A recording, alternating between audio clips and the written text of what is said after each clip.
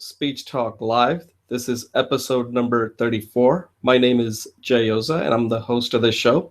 And as usual, we have Julie Wu Finkelstein on with me. And Julie's a mentor for the Coursera course called Introduction to Public Speaking. I'll let her introduce it. And I'm also a mentor for the same course. So I'm based out of Hazlet, New Jersey. It's just about 50 miles from New York City.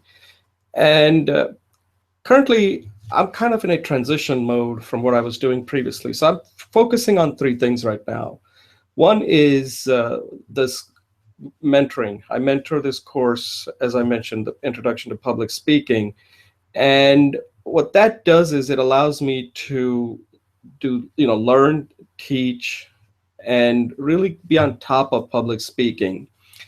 The other thing that I do is that I coach people who have to give high stakes or high opportunity speeches for whatever situation, whether it's could be a conversation with an executive, a job interview, or a speech in front of a small group or even a large audience. So, and the third thing that I'm currently working on is a book on my speaker's journey that's currently in first draft that Julie is helping me out with.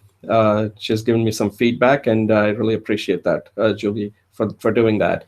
So it's going to go through another couple of drafts, and then I think I will have it get an editor and get it published soon, because there's no point in sitting on it for too long. It's better to get it out there. So that's some of the things that I'm working on. And what we try to do on this is a part of the learning community that we created last year. And this is an opportunity for people to come here and discuss public speaking. And one of the things that I keep telling people is that public speaking is something you got to do it pretty much all the time, because you can't wait till an important speech comes up. It's too late. You just can't do it. I've not seen anybody. If you are able to do it and you do it well, maybe the speech wasn't really that important, because speaking is not that easy. And the more I do it, the more I realize how difficult it is. And obviously, Julie can give her input on what she thinks of it. She's been doing it for quite some time with the focus, with the intense focus for the last year or so. And what we try to do, this show, Speech Talk Live, it's our opportunity to teach, learn, share, support, and that's what we do. This is our 34th episode, and like I said, we're in this to learn, we're to teach, to coach, to share, to practice, and lastly, to support. We want to create a trusting environment so that nobody's ridiculed, everybody feels safe. And this is the place to try it, because nobody's going to get hurt, nobody's going to die. That hasn't happened yet, so far as I know. Some people haven't showed up, so I don't know what has happened to them. But as far as I tell, I think they're alive and kicking somewhere. But that's what this show is. And today, I had to put this show together today pretty quickly, because I had a lot of things going on. But I will see. I think it's a good show. We're going to primarily focus on discussion, and I recorded 3 videos that I wanted people to look at to have a discussion around. So I'm really counting on Julie to really add to the discussion segment. And the first segment we're going to do is about experience. You got to speak to people's experience if you want to be an effective speaker. So I'll introduce the topic, and then I'd like Julie to give her input. The second segment is the one I believe that if you want to be a good to great speaker, you got to be a student. That means you got to be constantly looking for examples, whether it's on TV, whether it's on internet, live, whatever, one-on-one conversation. There are just excellent examples everywhere. Just like there are excellent examples, there are terrible examples too. So you have to be looking for it. You got to be a student. Like if you see somebody giving a bad speech, you should ask yourself, how would I make it better? And that's what I try to do whenever I see somebody give a bad speech or use like I'll talk about the debate I was watching last night. So I'll leave that for that segment.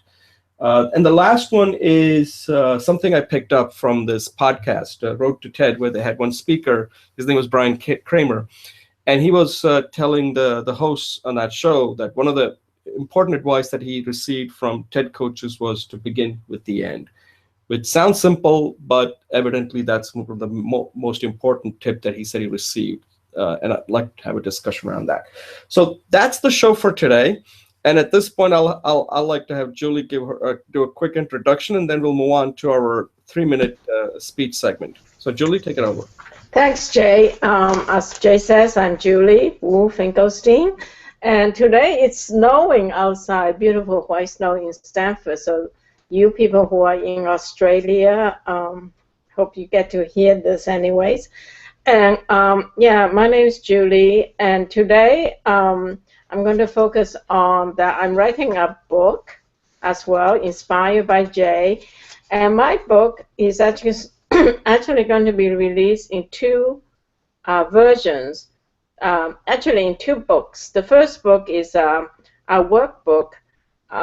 It's for the 12 practices using stretches, yin yoga stretches for your body and mind, evolution. I'll go more into that. Also, I do workshops online, and they're open source. That's my paradigm. I have one on Saturday, one on Wednesday evening, and one on Monday morning. I'm looking into doing maybe monthly, more intense workshops, theme-based. So if you're interested in anything, please give me a call or email me. Thank you. Thanks, Jay. All right, Julie, thank you very much. Okay, that was quick and brief. Okay, so I'm going to take a brief pause and then introduce the 3-minute segment. Okay, welcome back. My name is Jay Oza, and we have Julie Finkelstein, and this is Speech Talk Live, episode number 34. And at this point in our show, we use what I call a 3-minute speech segment, and this is sort of like the freestyle speaking, right? You can pick any topic you want and speak for 3 minutes. And the whole purpose of this 3-minute talk is that at the end of it, people should be saying, hey, I want to know more. Now, not saying that's going to happen all the time, but that's what you should try to do. But sometimes it's not possible. So that's what I like to say. If you're going to speak for 3 minutes, then people would say, yeah, you know what? I want you to come and give a 15-minute speech. So you have to be very, in the 3 minutes, you have to capture a lot. That's what you want to do, because sometimes people don't have more than 3 minutes. 3 minutes is it. At that point, you should be able to convey as much as possible that they need to know. Okay, so today I want to talk about a lesson that I had to teach my son. And it was an important lesson that I hope he remembers, because it was pretty significant. So let me just give you a little background of what happened. So I live in Hazlitt, that's in Monmouth County, and we have these special schools for high school that call it academies. And one of them that he expressed interest, and perhaps he didn't, that's another thing, is a high tech. Now, high tech is a very prestigious school. It's ranked always in the top 5 in the country. So I took him there last year when he was in 7th grade, just so that he gets introduced to it, see what it was like, talk to students, the teachers. They were like an information session, which they do a good job. It lasts for 2 hours. And it's a pretty intense program, and it's a very selective school. So you have to take a test, they look at your grades and all that. Now, I just wanted him to get a feel for it. I wasn't putting any kind of pressure on him to say, listen, you have to work hard. I wasn't even telling him. I kind of left it up to him, because I don't want to be one of these parents, I don't know, lion dad, I guess, if there's a word like that. I don't want to be a lion dad. There's a tiger mom. I don't want to be a lion dad. So I said, listen, if you're interested, you're going to have to, be responsible for it, because this is, I mean, personally, I would love to go to that school, but I guess I'm too old now to go to that. In fact, every time I go, it seems like I want to go to it more than he does. So anyway, so this year, that was 7th grade. In 8th grade, that's when it gets serious. So I couldn't make it. So my wife had to take him, and that's where I left it. Thought that they had everything under control. So there was a test that they have to take. So I bring him there last week, was it? Last Saturday, I think it was. And I don't see his name there. So I'm like, I told the woman that was there. I said, "Oh, you have to go see the principal." So I take him. I said, "We have to go to see the principal because we didn't even have our ID." Because I was just focused on getting him there, dropping him off, and then coming back. So the principal said, "Oh, does he have access to the portal so I can see whether he's a legitimate eighth grader?" And I showed it to him. Then he said, "Okay, let's see if where have you registered for it?" And that's when his name didn't appear. So principal said, "Sorry, you can't take the test because you had to register." I said, "But he attended the in-first session. Wasn't that sufficient? He submitted some kind of a paper from what I remember." He said, "No, no, you actually had to register for that online." So I said, "Look, I'm sorry. Evidently, that's not what I knew. My son didn't tell me anything about that." So on the way back, I told my son, I said, "Listen, this was a lesson. Okay, it was very embarrassing for me because my job as a parent was to just take you there and pick you up. Everything else you were supposed to take care of as far as registering online. Because if I had to do that, that means that I'm more interested in you going to that school than you are. And if you had no interest in it, then this is what happens." So I said, "Let this be a lesson to you that if you don't take things seriously, don't count on your parents to do it. Your job is to tell us what you need from me, whether it's money, which I'm sure that's always the case when you are not earning any money, or transportation. Like, Dad, can you drop me off and then pick me up? Besides that, you got to take responsibility." I said, "You're in eighth grade now. You got to step up to the plate and take responsibility." And he was apologetic. "Oh, I'll never let that happen." Now we'll see whether that remains that way or not. But that was a lesson for him. I said, "Listen, you're not going to get too many of these lessons." Now what this means is there's no guarantee that you were going to get into the academy because it's very competitive, but you didn't even get a chance to even take the test. That's embarrassing," I said. And I said, "Oh, I wanted you to at least take the test so you find out, how difficult it was and what you needed to do." And I said, "Once, if you had gotten in, then we could have decided whether it made sense for you to go there or not. But now we're not even going to get that chance." So that was a lesson that my son learned the hard way. Julie? Thank you. That was very inspiring. Um, about accountability. Um, Today, I'm going to share. Hi, my name is Julie. That kind of warms me up. So, today I'm going to share the 12 stretches, the 12 practices I have talked about. We all have stress in our lives, and we all have like health issues or mental stress. And then once we get those problems taken care of, we want to achieve some level of success. And I think that's where most people are at, but there's actually another level, and that is to live who we really are authentically. So I would say the three progresses in our human life today for me is healing or bringing my body up to a healthy state, so healthiness. The second level is being able to navigate in this world to be successful in my goals. And I'll just call that responding to the world in a successful way. And finally, living who we really are inside and out. I'll call that authentication.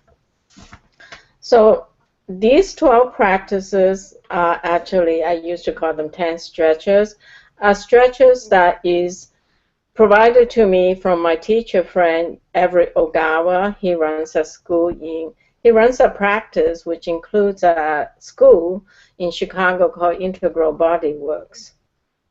These stretches have a strong lineage of both Eastern traditions in the energy of Zen, martial arts, energetic healing, and Taoist philosophy, and also the Western traditions of anatomy, the forces of gravity, understanding our nervous system, and they're integrated together through a series of teachers.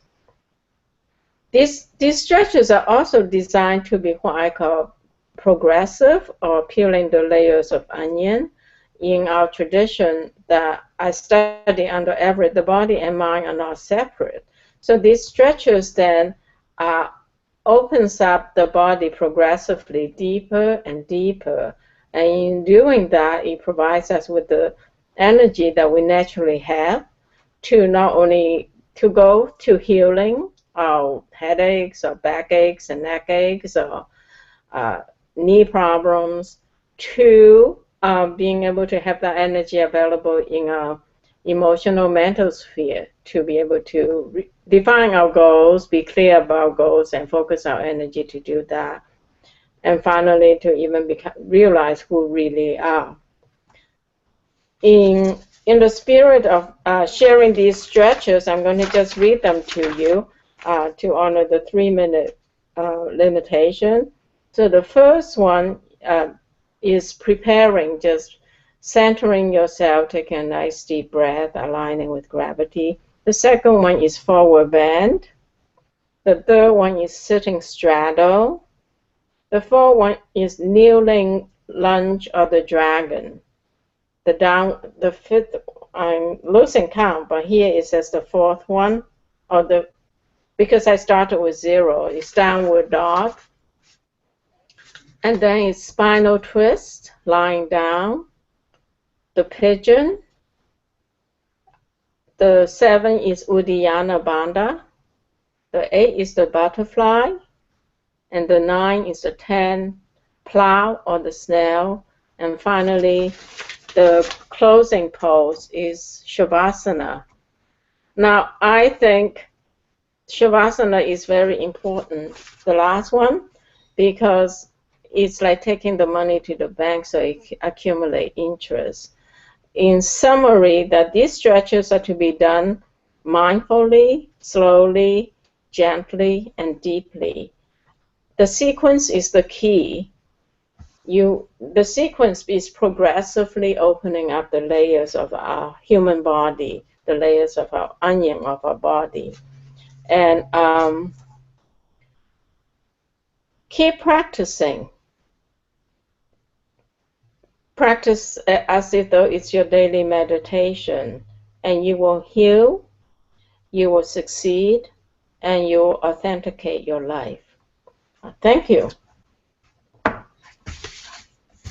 Oh, that was excellent. Yeah, that was a really good speech. The one thing that Julie, that I'll offer to you is that when we do one of these segments, if you want to use any of those segments to flesh this out more, like group certain, like not maybe go through all 12 of them, but let's say, okay, today I'm going to focus on back, and here are the 3 poses that I want to talk about and why they are so important. So that's available, that's all, that you can do that. So if you want to do like next week, if take one of the segments and go deeper into each of these, that's part of your book, and you want to kind of get a practice of talking about it, then certainly let me know if you want to use any of the segments to talk more about what you're working on. Okay? All right. Okay, so at this point, I'm going to take a brief pause, and then we will go into our first segment. Hi, welcome back. My name is Jay Oza, and this is Speech Talk Live, episode 34, and I have Julie Wu Finkelstein with me today. And in this segment, I want to talk about, it's a discussion topic that is like, what is one thing that makes you an effective speaker? Now, one thing I always like to say, speaking is very difficult because there are so many things you have to know. See, writing, it's difficult, right? Because you have to learn writing. Speaking in one sense is easy because we learn that right from the time we were born. Not exactly like that, but you know what I'm talking about. We start learning how to speak, to communicate, to get along, to get things done. So we're constantly learning how to speak. Writing has to be taught, right? But then once you get to a certain level, writing isn't that difficult. It's always difficult, but speaking at a high level gets more difficult because there are so many other things involved in speaking.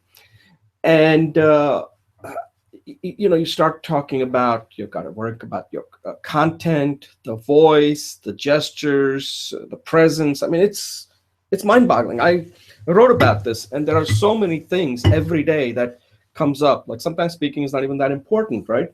But one thing that is very important is, like, if you have to pick one thing, what is that one thing that you got to you got to have. Otherwise, your speech essentially is a waste of time. And what I've come up with is that a speech has to speak to an audience's experience. And when you look at any effective speakers, they're not great speakers. For example, I like to use this example, but let's take Sarah Palin.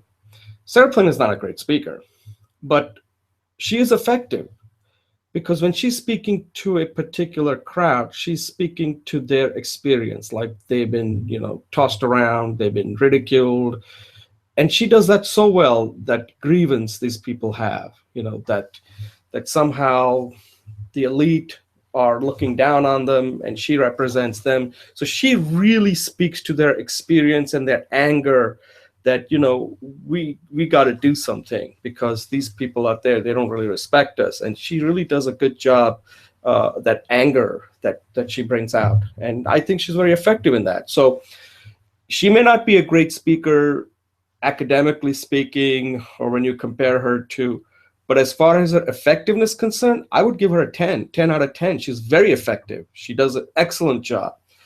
And there's something to learn from that. But you don't have to be a bad speaker to be effective. I'm just pointing out that speaking to people's experience is really critical to your success. You could be a great speaker, but if you're not speaking to people's experience, then you're not going to resonate. You just gave a great speech, but it didn't achieve anything. So I mean, let's take a look at some of the great speeches, like Martin Luther King. When he spoke at the Lincoln Memorial, I Have a Dream, he was speaking to people's experience, both white and black.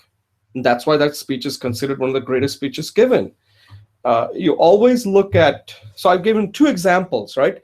Sarah Palin and Martin Luther King. Martin Luther King is an acknowledged one of the greatest speakers of all time, because he's not only a great orator, but he also spoke to people's experience. Nobody would put Sarah Palin in that category, but I would think that Sarah Palin is also very effective when she's speaking to her audience, because she really speaks to their experience. So one of the things, and I picked this up, by the way, from reading this book by Saul Alinsky, that people always criticize that he's like a radical, but the guy actually has written a very good book called Rules for Radical. And it's basically a book about haves versus have-nots, what you have to do when people are in power. And this is a book that both Barack Obama and Hillary Clinton, in fact, Hillary Clinton wrote her, I believe, her undergraduate thesis on this book, Saul Alinsky. I think it's on the web somewhere. I think it was in the late 60s that she wrote about Saul Alinsky and this particular book, Rules for Radicals. And what he says in that book is that about community organizers, right? These are the people who are fighting the power. So they're have-nots. And one of the person that was heavily influenced by Saul Alinsky's methods was Barack Obama. And one of the things he tells him is a community organizer, you have to have this ability to speak to people's experience. Otherwise, you cannot organize people. They're not going to, if you can't relate to them, they're not going to relate to you. And you cannot organize them to do anything. And that's where Barack Obama honed his skill and speaking to people, audience's experience. And that's why, many consider him to be one of the, outstanding speakers today. So that's what I need to focus on, you need to focus on, we all need to focus on. The first thing you start is that before you give a speech to, whether it's in sales, whether it's, dating or anything, right? Do you know their experience? Are you relatable? Because if you're not, you could give a great speech, but it's not going to do anything.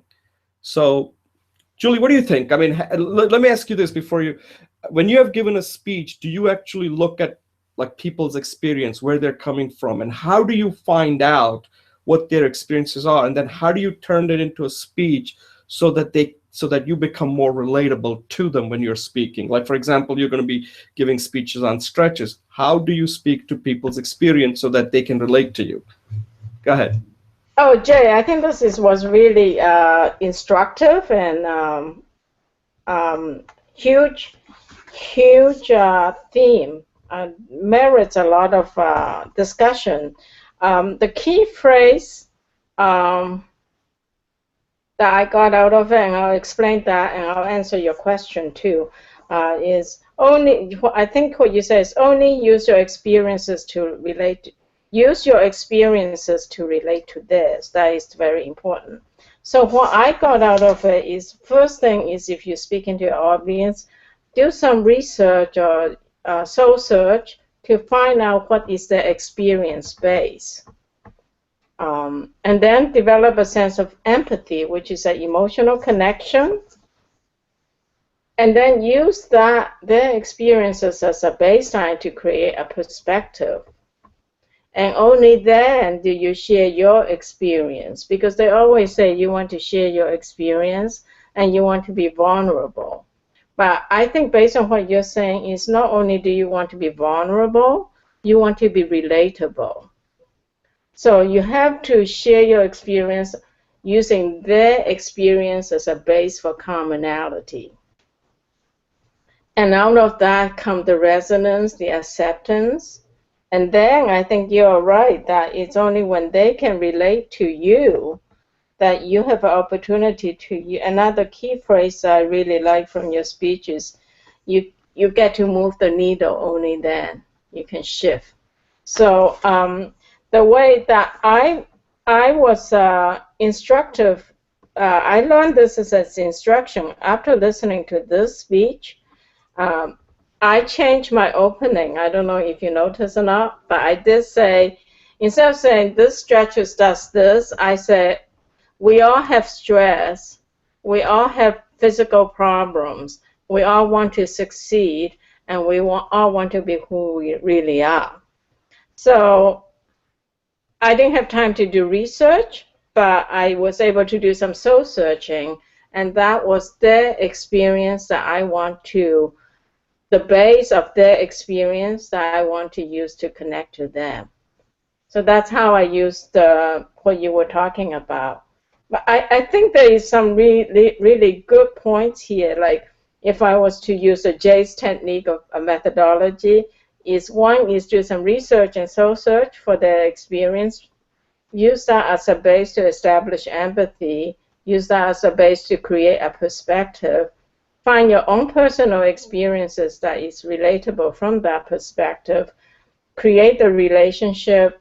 Then share the message, and then they can resonate. So that's what I got out of it. Right. I think in marketing, they call this like an avatar. You got to kind of find your like an avatar, right? That's the person that your show should be speaking to. This so-called person, like, let's say we're doing this show, Speech Talk Live.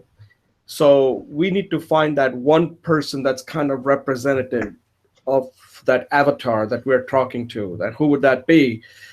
Someone who's a professional, probably out of college, who is working, but has who wants to improve their speaking skill. Because from what I gather from looking at a lot of the intro speeches, what I get is that a lot of people want to improve their speaking primarily for work related. Nobody's ever said, I want to improve speaking so I can find, date well or something like that.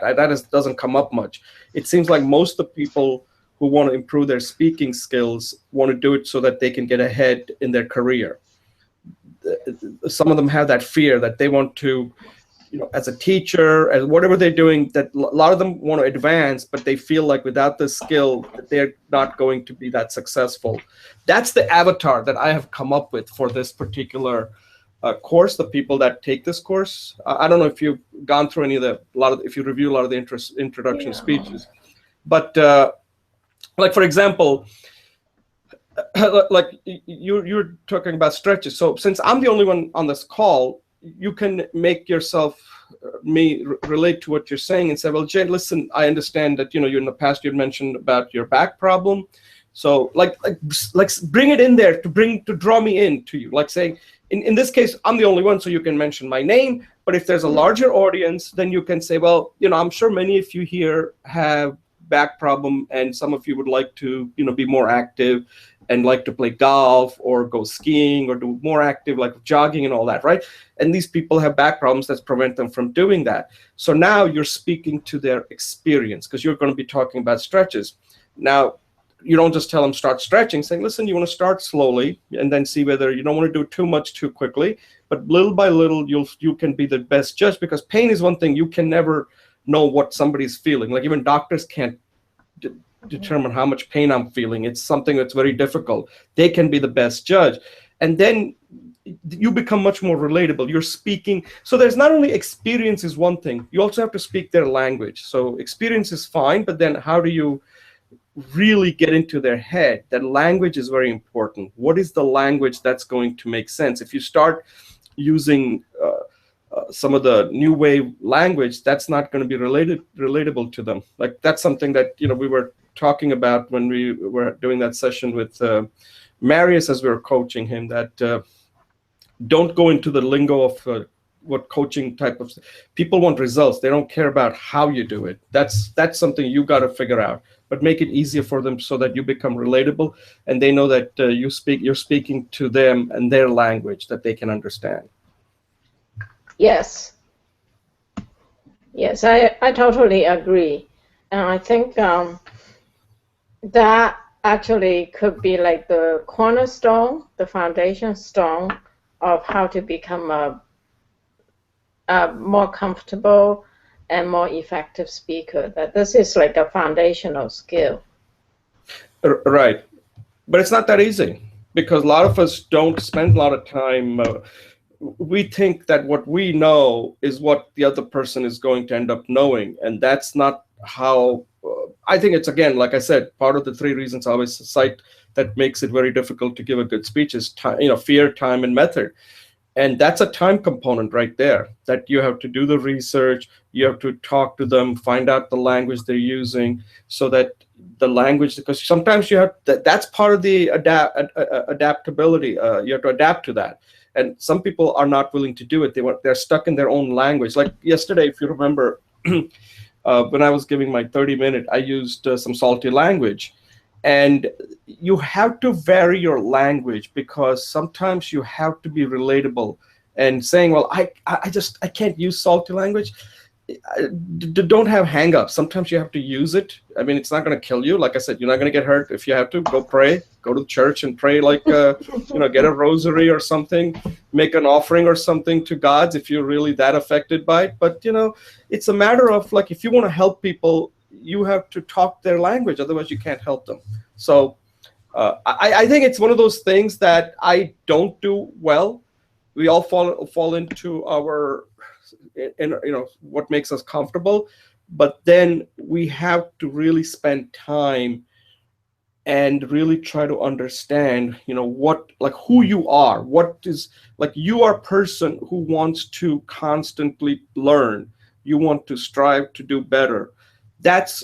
I have to speak to that. That's who you are. You are a professional woman. You have a tremendous amount of experience, both from different cultures, technical, all of that comes to you. And if I'm not speaking to you what makes you tick, then you're going to just tune me out.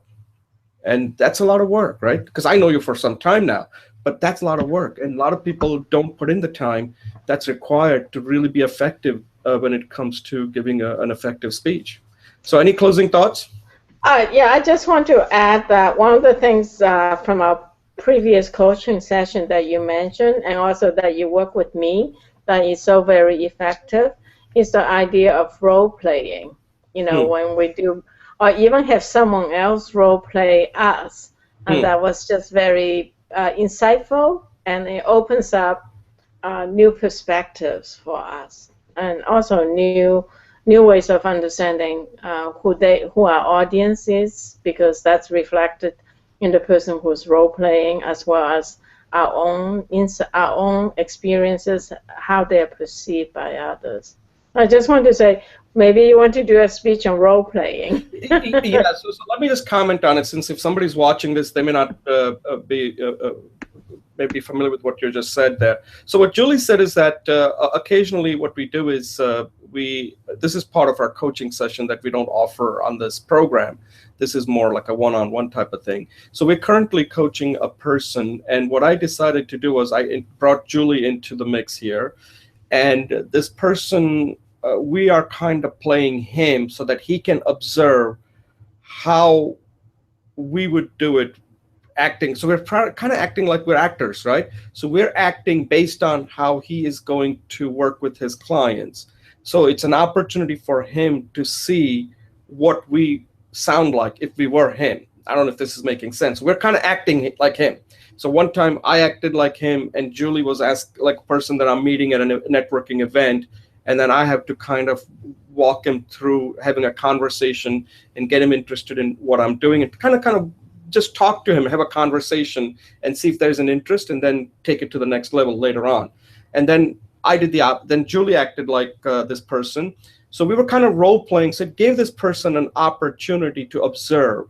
And from that, I think he was able to pick up quite a bit. Like, oh, okay, I like this one better. I like that one better. Rather than just telling him, hey, let me see what you're doing. And, oh, you should do this, you should do that. It doesn't work. It's better for that person to observe. So I want to thank Julie for helping out. And it's something that if you are watching this and you really want to help somebody, that's one of the most I think I just did it for the first time, and I thought it was pretty effective. That it's something I'd like to use in the future. That role playing, what Julie said, is effective. It works, and it doesn't have to be perfect. I mean, but you'll find out that it is very helpful. All right. So at this point, we'll take a brief pause and then move to our next segment. Thanks a lot, Julie.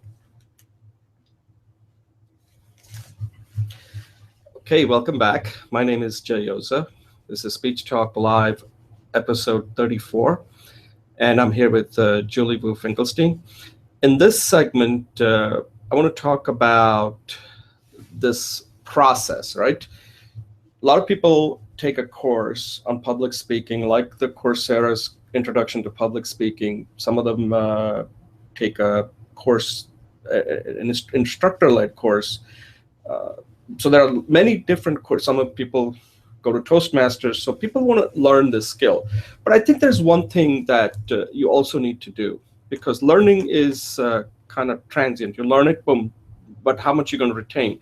Part of it is not only retention, part of it is also practicing. Part of it is remaining a student. You're not just a student when you're taking these classes. You remain a student all the time if you really want this skill, if you want to really develop this skill. So the purpose of this segment is, how do you remain a good student? So let's say, in my case, I have taken this course, Coursera's course, Introduction to Public Speaking. There, I learned many of the techniques from Dr. McGarity, who's the instructor from University of Washington. Okay, so now I'm done with the course. What happens next? Well, this is where you come in. Now, you can't go to Dr. McGarity and say, hey, Dr. McGarity, can you give me a new tip? He's not available, okay, to give you a new tip and techniques. You got to figure it out. And you have the knowledge. If you've taken this course and you've gone through the 10-week of video lectures and you've given the intro speech, the impromptu speech, the informative speech, the persuasive speech, you have all the tools. Now, you got to take it to the next level by becoming a student, remaining a student. That means you got to watch, when you're watching television, when you're watching speakers on the internet, like we review a lot of speeches here. That's our opportunity to remain students. Like we'll review Steve Jobs' speech, Barack Obama's speech, you name it. Then we'll review each other's speech. We get feedback. Then we'll watch some debates, presidential debates, to learn some techniques from that. So it could be a television program. They're all around you. It could be one-on-one. Look at what somebody's doing well and learn from that. Oh, I could use that. That's what I do. Like when I see somebody doing something well, I immediately jot it down in my diary or my audio recorder, and I'll say, that's a good best practice. I need to incorporate that into my public speaking. But also look for something that you think that person could have done better. Like, for example, if somebody's using PowerPoints and you say, if I had to give that same speech, I would not have used PowerPoint. Put yourself in different scenarios. Like I sometimes put myself, at the in April, they have the White House Correspondents' Dinner, where they have a comedian who he has to give a comedy routine that he does, the person that they invite, and I pretend that I'm one of them. And if I had to give a joke about President Obama, what kind of joke would I tell that would be funny? So I work on that. I work on that, and I would the joke that I'm currently working on. It's not ready for prime time. Well, it may never be ready for prime time.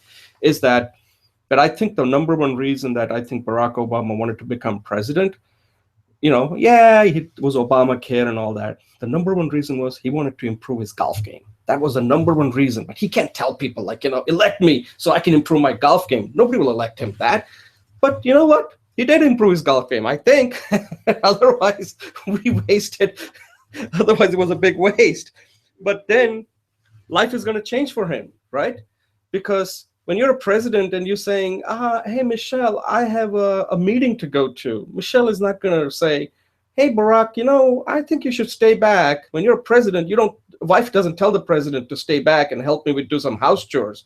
But let me tell you, after next January, when Barack says, hey, Michelle, I got to take off for 5 hours, she's going to say, hey, Barack, get your bony ass here. Help me cut some onions and prepare some food with me. He's not going to be able to go golf for 5 hours, okay? So good days are coming to an end. He doesn't realize it.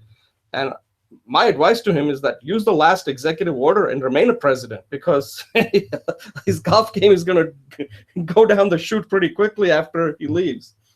But anyway, these are the kind of situations you have to put yourself in. If you see a presidential debate, see what you could have done better. So I'll give you an example. I was watching the debate last night between Bernie Sanders and Hillary Clinton, and I like really watch it very closely, not from what they're saying, but what would I have done if I was in that situation, and based on what I know.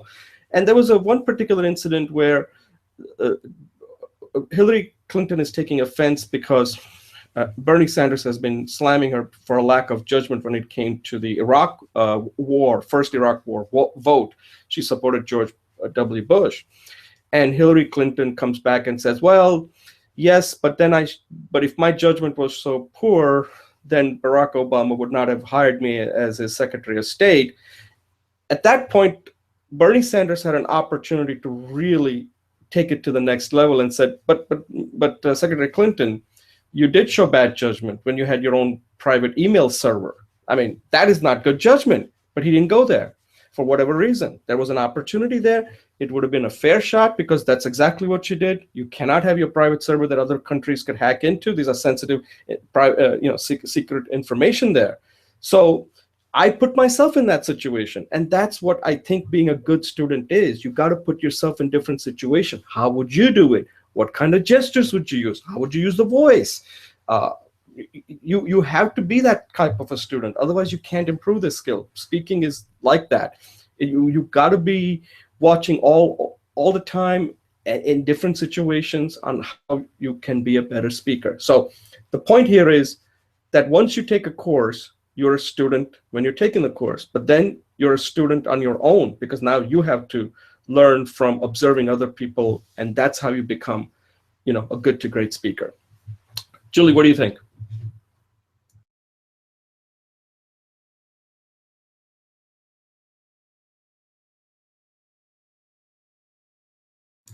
Julie, you're still muted. Hi, Jay. Yeah, for some reason, my computer has its own mind. I really liked what you said about you have to be a continuing student, and you have to continue to observe. You have to continue to live your life so that everything is fresh and there's continual learning. And then the discipline of practicing. And I like some of the suggestions you have. One is to keep a notebook or audio recorder and record the ideas right away. I don't do that. I did start doing the recording once a day, and that's been helping me a lot. And also see how someone can do better and then use that as a mimic. And finally, become a critic and see how someone is doing better, and then you can mimic that, and then see someone how they could do better, and then visualize that. And I like your example about Bernie Sanders and Hillary Clinton. I think in my life, as you know, I really like to learn, and for me, I actually only since I started taking the public speaking class, I realized how important communication is, and how deeply connected public speaking is to communication. And everything we do in life is communication, relationships, looking for a job, even talking to a salesperson. And the public speaking course actually provide us with the skills for all that, because we learn to listen, we learn to hear what the other people are saying, we analyze the message for logic and for persuasiveness, and then we go on to formulate our response. Or we start off with a goal and then, as you said, tune into the audience and then make that message powerful, persuasive. So I thought I would just do the class in 2-3 months, and then that will be it. I've been in it over a year now, so I'm still at it. So thank you very much. I'm very grateful to have met you and other fellow students, because that really enriched my life. I have friends all around the world. I have friends in India. I have a friend from Germany, and I also talk to people from Russia, from Morocco, from Spain, from Argentina. So my worldview has really expanded because of this speaking, learning to speak, and continue being a speaking student. So thank you. Yeah, great. Right, and that's a good point, because if you're going to connect with other people, you have to develop your speaking skills. Otherwise, it's hard to do that. And that's one of the things I sometimes I understand that people have other things to do, but they need to find ways to practice like you and I are doing. And we have become better at it because we keep doing it and we take it seriously. And I just think that a lot of people don't. And again, there's nothing you and I can do about it. But in speaking, what I've realized is, and I kind of use this example. I didn't get to use it with yesterday when we were speaking. That is, it's a sports analogy, especially like basketball. There's always a stat, and I'm sure you have a better way of phrasing this, but there's always a stat when you take a shot. Then you know that, oh my God, I only made 30% of my shot or 50% of my shot. But those are for the stats of the shots that you took. But there is no stat. Well, there is a stat, but nobody ever keeps a stat for the shots you just don't even take, because there is no stat for that. The answer is 0, but nobody ever keeps that stat. And speaking is like that. We don't know what we are not getting because we're not a good speaker. You have few rare opportunities where you have to give high stakes speeches, where let's say you meet somebody, you have a conversation, but ask yourself, like, what if you had good skills? Could you have taken that to a level that could have led to something else? If you don't, that means that's an opportunity you completely missed, and you'll never even know about it. They're like, I met this guy, he was an idiot, and then nothing happened. But perhaps he wasn't an idiot. Perhaps it was you, right? And this is something I'm kind of learning, because I have to teach this to my son, that everybody you don't talk to, he said, well, Dad, I don't have too many friends and this and that. Okay, that happens to all the kids, right? I said, well, but have you reached out to anybody? Have you ever talked about what they're interested in? Because if you don't do that, then how do you know whether the person is maybe the person likes you. He has the same anxiety that you do, social anxiety, and having a conversation with you. So speaking is like that there are so many shots that you will never take because you just don't have the speaking skills. So getting back to this point about being a student, I think one of the things I don't think we've ever done a show on this, but there's this thing that people say, in order to write well, you write the way you speak. I think you must have heard that, right? That if you want to be a writer, people say, I don't know how to write. Well, somebody says, well, write the way you speak. I think it's not that simple. I think in order to do that, you got to be able to think first. You can't just say, I speak, because a lot of people don't speak well. And if you're not speaking well, you're not going to write well. And in order to speak well, you got to be giving some thinking. You got to do some thinking. You got to read books. You got to watch, TED Talks and think about these topics. What do they mean? How does it relate to my experience? That's work, folks. That's not that easy to do. I'll give you a quick example. So I read this book, Lean In, that I think, Julie, you have read this book too. It's by Sheryl Sandberg. She's a CEO of Facebook. and it's a very good book to tell women that they have to lean in, they have to sit at the table. There are all these different tips she gives that women have to take charge. Don't expect develop mentor, develop sponsors, mentors, etc. And that's how you're going to get ahead in the corporate world. But there's one thing she never really she never really addresses, and I wrote a blog about this. And what I said, and this was probably 3 years ago when this book had come out, I said, still, there is one thing still missing in there, that you can do all of that, but there are people in power that are never going to see it the way she wants to. Because basically what she's saying, that people should see it her way. And the reality is that people in power don't see it that way. So what I suggested at that time was that maybe she should recommend companies adopting this rule from NFL called the Rooney Rule. And the Rooney Rule was instituted because a lot of minorities, primarily African American coaches and executives, were not getting hired because these owners are strictly mostly white.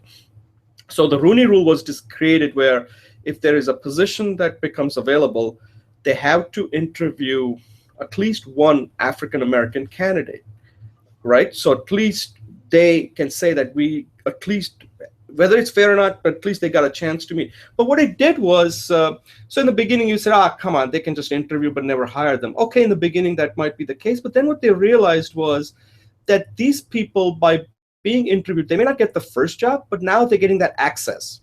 So let's say I am an assistant coach or an offensive coordinator.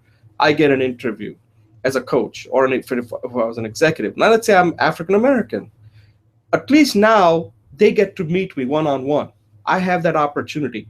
Maybe that first job, maybe it was just going through the motion. Maybe it's a second one going through the motion. But sooner or later, word gets around that, hey, this guy now knows them. So you are now networking with them. You had that access. And sooner, many African Americans started becoming coaches. Many African Americans started getting executive position. So now NFL realized that, hey, we still have a problem. And the problem is that women are not getting into the executive ranks in the NFL. So now the Rooney Rule is being adopted to also interview women. And I've noticed that Facebook even started doing the same thing. They even mentioned that they now realize that the best way for women to get an opportunity at the executive level is to adopt something like the Rooney Rule, which came from NFL. Now, this is something that I had mentioned 3 years ago when they weren't even talking about it. So my point is not that I should get any kind of award for this, but it's part of the thinking you have to do. I took a concept of lean in, and I took the concept of Rooney Rule, which is an NFL. I kind of married them together and saying, listen, if you really want progress in the corporate world for women, then you also need, the women can do all that because women are educated. They got MBAs from Harvard and all these other schools, and they work hard, they do all that. But you still need a rule like this. So now Facebook is coming around saying that, yes, this rule is important. And similarly, even NFL now is realizing that, hey, we need to expand the Rooney Rule to also include women. So part of speaking well means you got to think. When you read a book, you got to say, okay, how do I think about this? How do I speak about this topic? And then you will realize that when somebody is saying that, saying, hey, I came up with that idea. So being a student is not just looking at a speaker, but then also saying that, hey, I have done some thinking myself, that I can give a different perspective on this. And that's what makes you a good speaker. Not just parroting somebody's thoughts, but come up with your own thoughts, because that's what makes you, that will make you a thought leader and much more interesting person to talk to. Julie, any closing comments? Since you read the Lean In book, maybe you have some thoughts on that. Well, I was surprised that they had to do that, because I remember when I was a manager, we were required to have a diversity profile. So I think we were required to, well, maybe not legally, but maybe that's the whole thing. We were encouraged to hire on a diversification basis. Me being Asian female, I am a diversification, right? I'm a double dipper, right?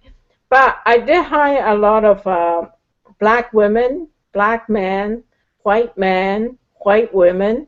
So my team was actually pretty diverse, and I think that was good for everybody. And I like your Rooney's rule, and I like the idea of merging different ideas to come up with the new ideas. There was recent talk on Google.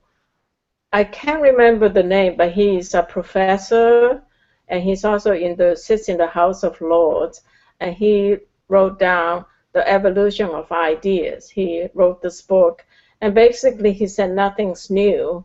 Everything. He says that ideas have sex with each other, and then you spawn new ideas. And his whole point was individuals are not that big a deal. The ideas almost have a life of their own. And he gave the example like had Edison did not invent the electric bulb, a month or two later someone would have announced it. And so also there's a lot of contest like who is the real discoverer, because everything happens in kind of clusters anyways. So yeah, I really like the idea of what you call merging in different ideas to come up with new ideas. Yeah, Thank you. I think what is the name of that guy you mentioned? Because I think some people call that idea sex. That when you take different ideas and marry them, they call that like the term I've heard people use is called idea sex. So there we go. I think we covered this. This is something we need to come back to because I could spend more time on this. Like it's in the book. Like some of the things that I'm saying here is going to be. I'm actually going to have to look at this because I think some of the ideas I just came up on the fly, and I may include that in my book because I think one of the things that people kind of struggle with is that they take courses and it's not enough because taking courses will give you skills, but speaking is not just knowing what to say, but it's like, where do these thoughts even come from? How do you even get that? And that's a whole different ballgame that nobody ever talks about, that speaking is thinking actually. And you got to bring something to the table. Like if you're going to go meet somebody, you got to you can't just like I call that, you got to move from small talk to mid talk to big talk. So that means you got to do some work. You can't just say, hey, talk to me, I've taken this course, introduction to public speaking. Well, that's all it did. You just took the course, but there's more work that needs to be done. All right, so we'll take a pause and do our last segment. Okay, welcome to Speech Talk Live. My name is Jay Yoza, and this is episode number 34, and I have Julie Wu Finkelstein with me today. And in this segment, going to focus on something that I picked up from this podcast that I was listening to. The podcast is called, and I recommend people listen to it. They don't do that many podcasts. It seems like they do one every 2 weeks or one every month, it seems like, because I don't see that many that they do. Like, it's not like this show, they do one every week. But when they do have time, they focus on talking to somebody who's either currently getting ready to give a TED Talk or has already given a TED Talk, and they want to learn from that because their whole goal is that these two hosts, they want to give a TED Talk. So they want to learn from these people. And in the process, I think they're providing a service, helping us to learn what these people have gone through or the training that they had to go through and what their experience was all like and how did they get to be on that stage to give that speech. So one of the speaker that they had invited on their show, his name was Brian Kramer. He's an author. I think he writes in the marketing space, social media marketing space. And I think he gave a TED Talk. And they asked him, like, what is the most important tip that he got from the TED coaches, speaking coaches? And one thing he mentioned that was kind of interesting, this is where I picked up this. He said I had to go through 300 hours of training that he had to spend coaching, I should say, coaching with TED in order to give a TED Talk. And they work with him on everything. And these people were like kind of jealous. They said, you know what, just for that alone, it would be worth giving a TED Talk because you get 300 hours. I mean, think about that. The coaches are probably people from Hollywood and, famous. These are good coaches. That's what they do. So they know. And he said that one important thing he learned that he had not really given much thought to, which sounds kind of obvious. And they said that you begin with the end. So the way you want to conclude, right? He said that, people always say that end with a bang, right? That's like thing, end with the bang. And what they said that a lot of times people may not be there till the end. Why not bring that right up in the front? So if they are there, I mean, you can end with the bang, but if they're not there, then that becomes, a waste of an effort, right? But bring that in the front, and then if you have, you can also include that at the end. But that was a key message. So I I kind of agree with that. And what he said was that they want you to do that in the first like 15 seconds. You've got to get people's attention. It's something that seems obvious, right? We all think that, get to the point right away, get to the point, don't waste their time. And TED really focuses on that you've got to begin with the end, start with the end. Because if you don't, then the people may not be there listening to you attentively till the end. And that's something I think I try to do that all the time. I always let people know what is the main point that I want them to take away.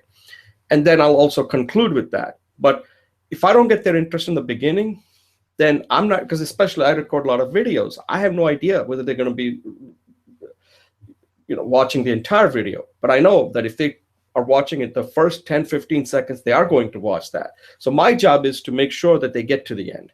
And I think it's a simple tip that we should all follow, that begin with the end, because you want to get, especially with people that are so distracted in their attention, there's so much attention deficit, you've got to let them know right away why this talk, they should listen, give you more time, and hopefully get to the end. Julie, what do you think? And how do you do it when you, so when you talk about like, how do you start? Like you give speeches, you record speeches. How do you start with the end? So Jay, this is very interesting because one of the things I've always struggled with is when I write a paper or whatever is what's the introduction and what's the end, right? So it makes sense for you to say bringing the end in mind. So I think that's great. And actually, like if I learned the sandwich technique, which is the introduction, the body, and the conclusion. So there's a CEO, Dennis Chikasian, in CNA Insurance, a Fortune 500 company I used to work at. He says, tell them what you're going to tell them, and then tell them what you told them. So that's what I always try to do in any significant communication. Even when I'm listening to you, I try to figure out what's the message in those three parts. In terms of going beyond, I want to take this beyond speaking and looking at some of the different areas and opportunities that we can apply this concept to. So, for example, in a newspaper, we are always taught that if you're a journalist, you want to answer the what, why, the 5 W's right in the beginning, right? That's getting to the end first. In any kind of envisioning process, like visualizations, and you can talk about neuro-linguistic programming, which I do not consider what Tony Robbins does, but let's just say neuro-linguistic programming and Tony Robbins. In many of the law of attractions, and even to me, the whole Lotus Sutra, and the Shakti Gawain, who is an esoteric one on doing energy work, they always say there's 2 levels of creation. You want to start off with defining in your mind's eye what is the end, what you want to get to. As such, even like a classic, The 7 Habits of Highly Effective People by Stephen Covey, he says, begin with the end in mind.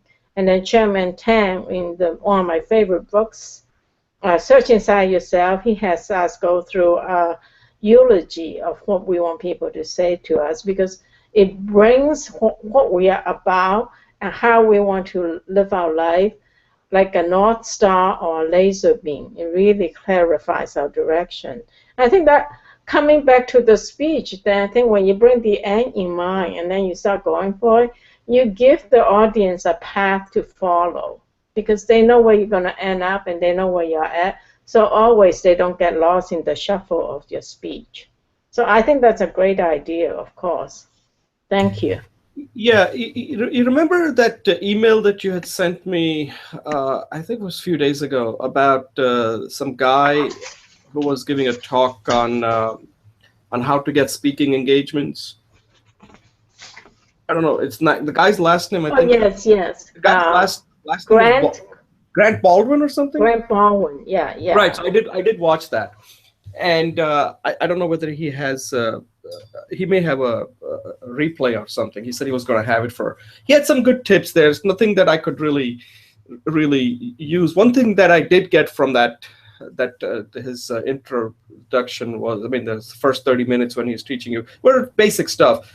And the one that I don't have, which I thought was a good tip. So there's one tip I always look at. If I get one tip, then it was worth my time. And the one tip he gave was that don't. He said have a video, but not the video of you telling people that I'm a speaker. I can come and give a speech. Have a video of you actually giving a speech. So like if you are giving a speech of an audience, videotape that and include that footage as part of your. That's what people want to see. They don't want you to say, "Hey, I'm Jay Oza. I can come and give a good speech to you. Just hire me." They said that doesn't work, and in fact, you shouldn't even do that. That if you are a speaker, show them doing it. If you're a writer, you show them your work, right? So show them where you actually have given a speech, and it doesn't have to be a paid speech. He said you might even be better off even if you speak in front of an empty auditorium or something, and just give a speech and looks and that footage, because what they're showing you, they're not going to show the audience anyway. But he said show people you giving a speech on a particular topic, and I thought that was an interesting tip. But what I wanted to point out was that at the end they always want to sell you something, like if you take this course and that course.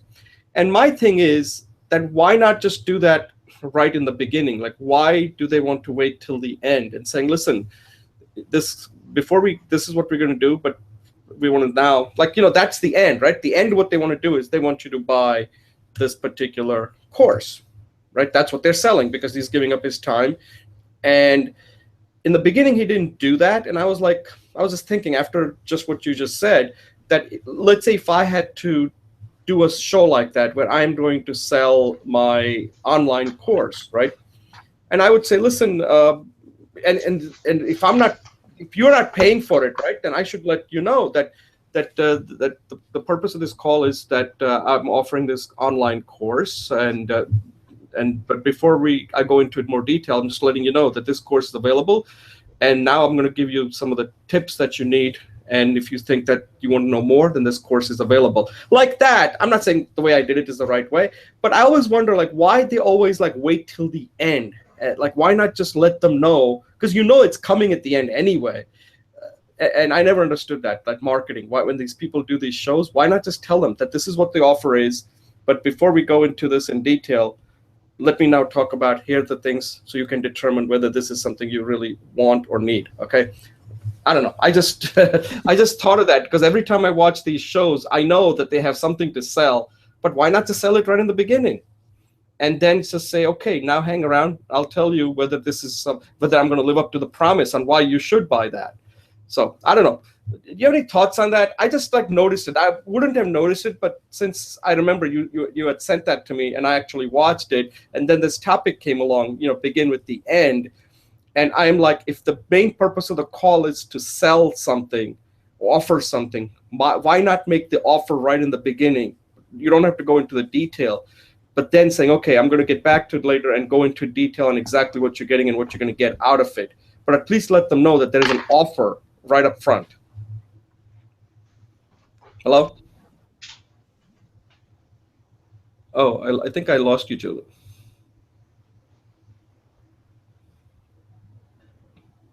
So I'll just keep talking till Julie gets back on.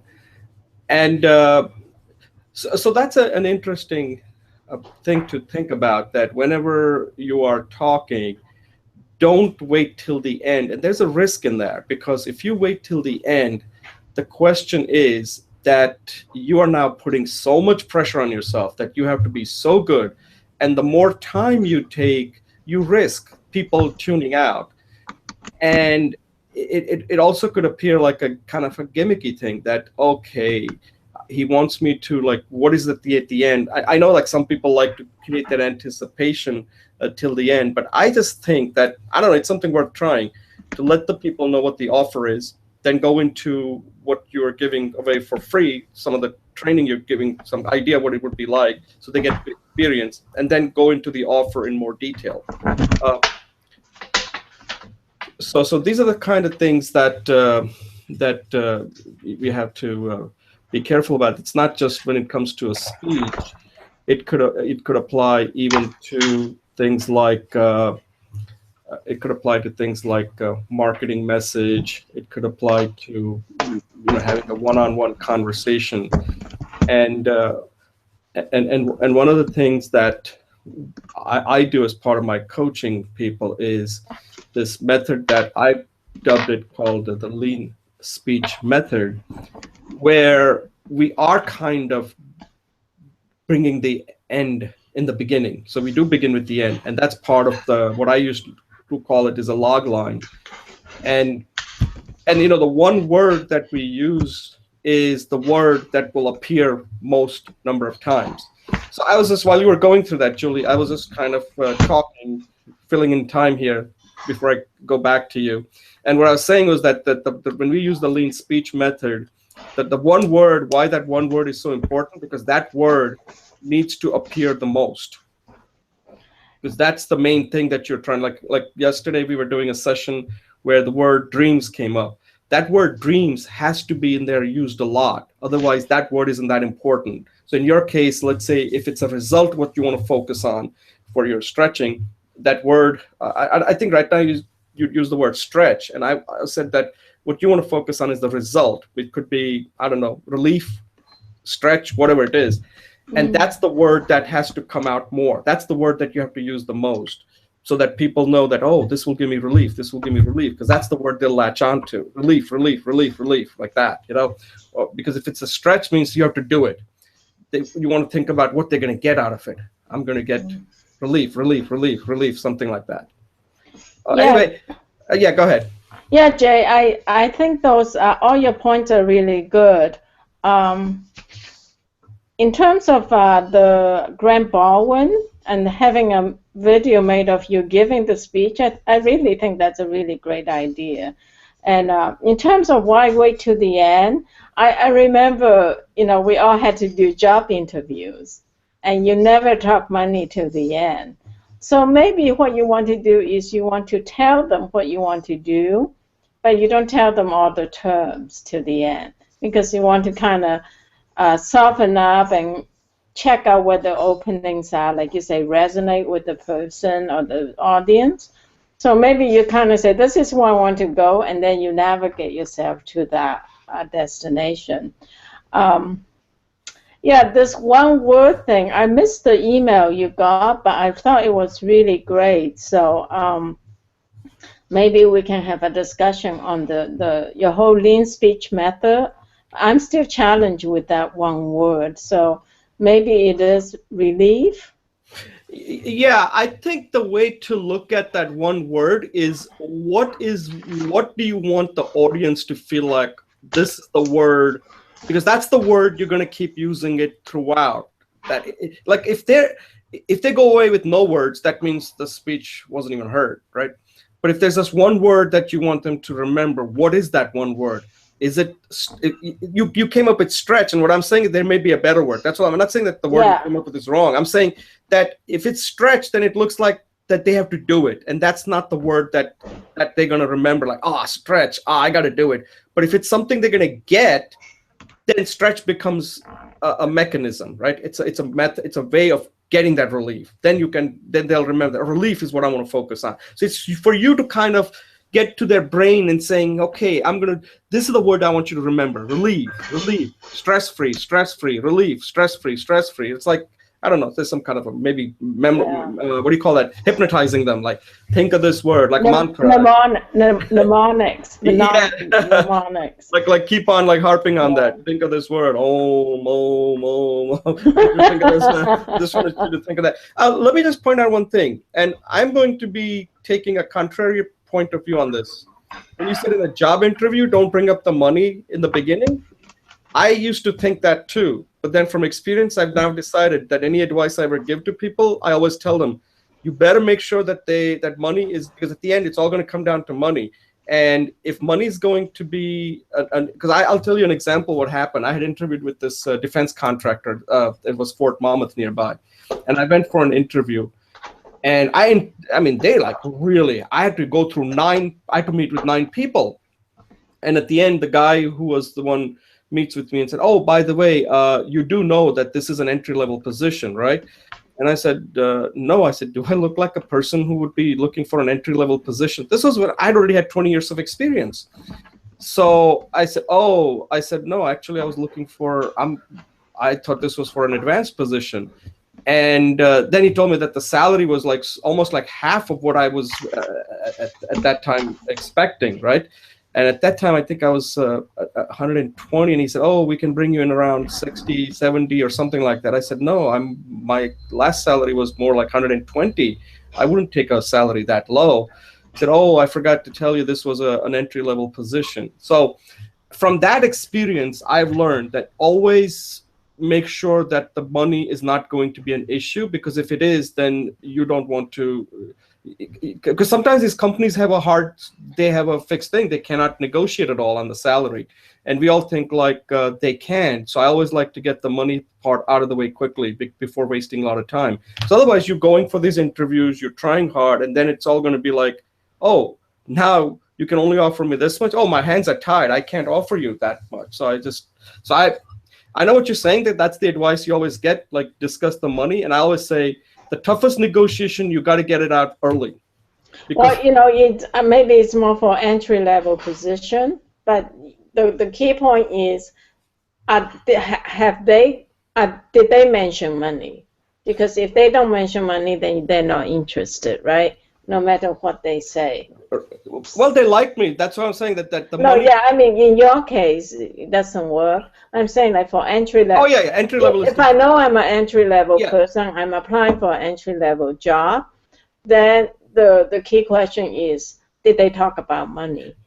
Right. No, I agree. Because when my daughter was getting an entry level job, I just told her the same thing. I said, for entry level, the money is not the issue. It's how much you're going to learn, because the money you make is trying to, not take a job for a couple of thousand here and there. It's not going to make a big difference. If you're getting the right opportunity, the first job, don't bring up money as the number one reason. Get some experience under your belt. But then after that, definitely bring up the money first, because then you have experience. So now you should be able to dictate how much you're worth. I think that's a really good advice as a consultant with my own company. I think that there's a lot of times that I waste my time making a sales call, not really knowing what the price is, what the client has available. So it merits investigation and discussion. Yeah. I always, one of my things that I was working on later on is that I've been writing a lot of blogs on this, is negotiation. And negotiation is also another one of those things that people are not good at. And, we talk about speaking. So it's kind of tied to this, Julie, that speaking is not just, speaking applies to everything, right? It applies to sales, it applies to negotiation. And you need the right language. Like, how do you, like I said, role playing, by the way, becomes very important when it comes to negotiation. So at this point, I think we're going to wrap the show up and then leave some time to see if there's anything we need to close out. Okay, so I'm going to. Wonderful. Thank you. Let me just close out the show. So at this point, we're done with the show. Thank you for watching. And as I like to say, you are how you speak. So keep getting better, keep improving, keep practicing, and people will see you the way you speak. So good luck, and we'll see you next week.